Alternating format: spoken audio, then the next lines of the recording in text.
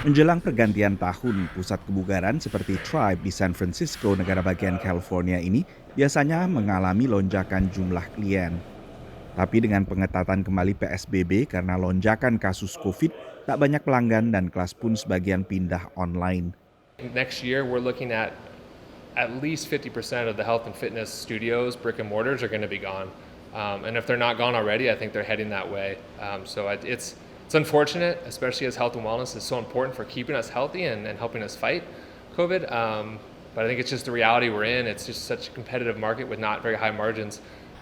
Masih di California, Bandara LAX di Los Angeles biasanya ramai dengan pemudik menjelang Thanksgiving.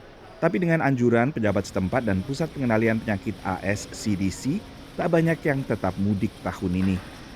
Seeing the airport now, it's about 95% of less than what it used to be. It used to be we wouldn't be able to stand here and talk. There'd be more people that we'd be bumped into. So it's good that people are traveling less. I think people should stay home. They should stay well, stay themselves if they can.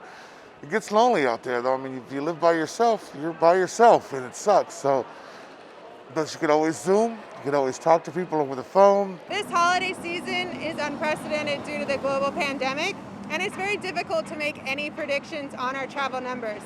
Last year, we had over 3 million people travel through LAX for the Thanksgiving period. This year, we know that the airlines have sold half of the amount of seats they sold last year. Ketidakpastian ekonomi akibat pandemi berlanjut 8 bulan sejak mulai diberlakukannya PSBB. California dan juga New York termasuk di antara negara bagian yang memperketat PSBB dan ini cukup memukul perekonomian setempat. Mulai restoran, pusat kebugaran, hingga retail yang biasanya menjadi penggerak kegiatan ekonomi di Amerika Serikat, terutama menjelang pergantian tahun. Tapi pada saat yang sama ada kabar menggembirakan dari sektor farmasi dengan uji coba sukses vaksin virus corona yang tingkat efektivitasnya melampaui 90%.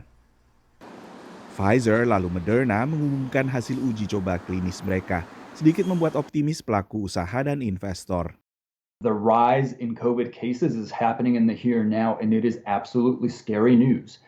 But markets are looking past this moment of fear to see what does 2021 have in store. And what's different about 2021 in investors' minds today versus 2 weeks ago? What's different is that we now expect to have a vaccine rolled out over the course of 2021, which will enable a return back to normalcy. What is the process of launching this vaccine, right? Who's going to get the vaccine first? How effective is it going to be? Is it going to take 6 months? Is it going to take 9 months? Is it going to take a year? Because the other question people have to be asking themselves, and you heard it from President-elect Biden, is, hey, pass a COVID bill, a stimulus package right now, because there are people in the United States that are hurting, right? They are out of jobs or they're running out of money or businesses can't sustain itself. So there's all that kind of going on.